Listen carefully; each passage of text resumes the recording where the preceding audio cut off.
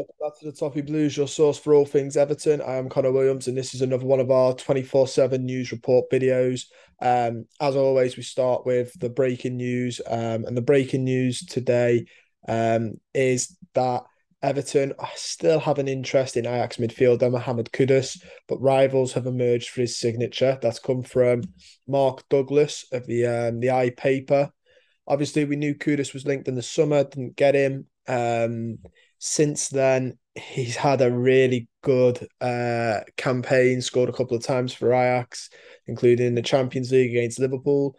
Um, Realistically, I think Ajax will probably want to keep him now, unless it's for silly money, which is where maybe the rivals have merged for his signatures come from. But they weren't keen on getting rid of him in the summer. Can't imagine they're going to be in January. Not unless it's for a really, really big price. I think it's a bit of a Luis Diaz situation, and there's plenty of Everton links that have been like this where we were interested. The deal, for whatever reason, usually it's our fault, but this time it was Ajax's fault. To be fair to the club, it didn't happen, and we end up missing out. And I think it's going to be that case again. I don't know the Everton finances. I don't think anybody does. 1 minute we're broke, the next minute we're spending all right again. I don't think we're going to end up putting in the money that Ajax will want for him, though. I think it's one of those where we just missed out. There are other options, though, which leads me to the next bit, and that is that Mark Douglas went on to continue and say Everton have got plans for January well underway, with Everton scouts looking for a creative player. An attacking midfield is one of the sought after positions. Interestingly enough, Frank Lampard, the 4-3-3, the 5-3 back, not any place for an attacking midfielder in the sense of a number 10. Now, whether this is an attacking midfielder in the sense of an attacking one of the three, possibly because we just have a Wobie at the minute. But I think this is good. I think we do need a bit more creative players. I'd argue a more attacking player out wide, a more creative player, sorry, out wide. Gordon, I don't know how to describe what Gordon is. He takes people on. He got a couple of goals early on. His end product, though, passing wise, I wouldn't call him creative. I'd call him more attacking than creative. Um, McNeil is meant to be the more creative, but he's struggling. And Damari Gray again. We need somebody who can put a decent ball in. Because I've not been overly impressed with Damari Gray's ability to put ball in. He's fast and he's a good finisher. I'd say him and Gordon are more inside forwards than they are wingers. Creatively, they're more attacking players than they are creative. But it's interesting. It's good that the club have obviously saw what everyone else is seeing, and that is that this team, while great defensively this season, lacks of a creative dynamic. And the club are looking to rectify that. So if we don't get Kudus, I'm sure we'll get someone else. Speaking of Anthony Gordon, Everton are closing in on a new long-term contract for him. That's again come from Mark Douglas of the I paper. Very nice stuff indeed. I think he deserves a contract for well. I think it was expected when when we turned down Chelsea. So that should be a very interesting. We also have the news that the club are after another striker, potentially a £9 million target that West Ham turned down, which is Beto from Udinese. This is according to Gazzetta dello Sport. They said that David Moyes weighed up a move, but they instead completed the 35 million deal for Gianluca Scamacca from Sassuolo, who looks to be a good player. I've got all the faith that he will be a good player. I think he's just struggling in the Premier League to adapt, and Moyes is edging him in very slowly. The reports, though, add that the Blues are now keen on Beto, who has so far scored 4 goals in 7 Serie A appearances. He looks to be quite impressive. As well, Dortmund were after him at one point. I think he looks like a decent option. I know we've got Muipai and Calvert-Lewin, but we could do with another striker possibly. I'd say another winger. I think we should have gone for João Pedro. Would like to see go back for him, or Everton Diaz, someone who's a bit more free of that. But yeah, Beto looks like a decent one. If you can play out wide, even better. Speaking of Everton Diaz, there is also news that Everton could reignite their interest in him. This is great to see. According to journalist Peter O'Rourke, he claimed that Everton could revisit him, as in January he'll be a little bit closer to losing to going down his contract.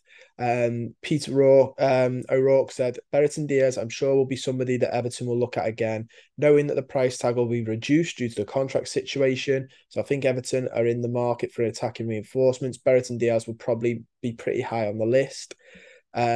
No shock there, is it, really, that we did that? I think that might have been why we didn't go for him in the summer. The club are well aware his contract is due up. Blackburn, which I have every right to, were sort of putting their feet, digging their heels in, saying no, not the price we want. Everton have gone fair enough, and clearly the club have thought, you know what, we'll just go back and get him in January, which, you know, hopefully should be pretty good. We also have the news that Everton midfielder Alan is set to join the United Arab Emirates side Al Wada FC, and it's meant to be a done deal.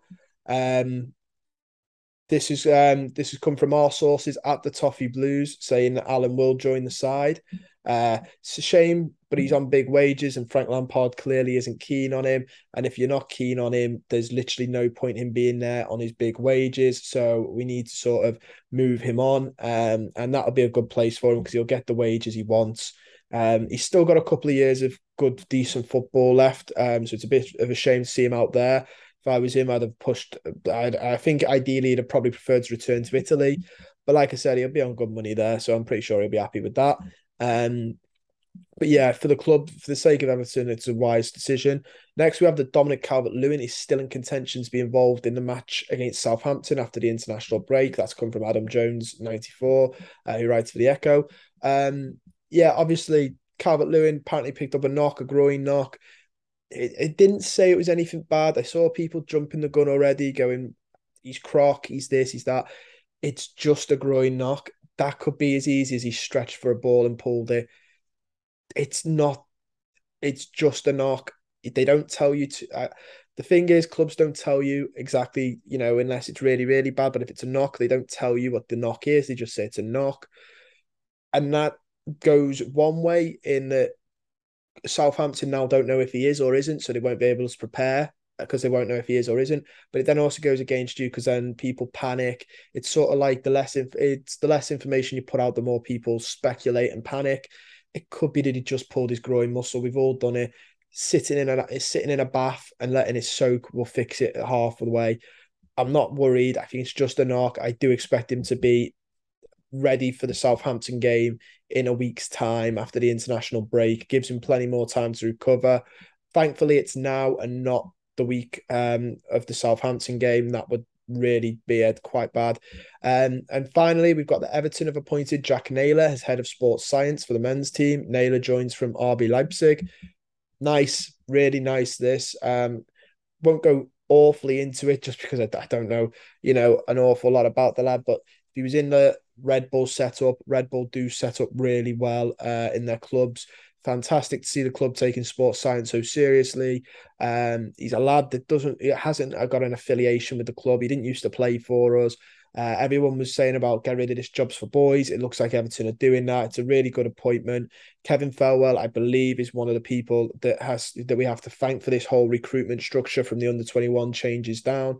So fair play to him because I think, in my opinion, he's bringing the club into the 21st century, which is fantastic to see.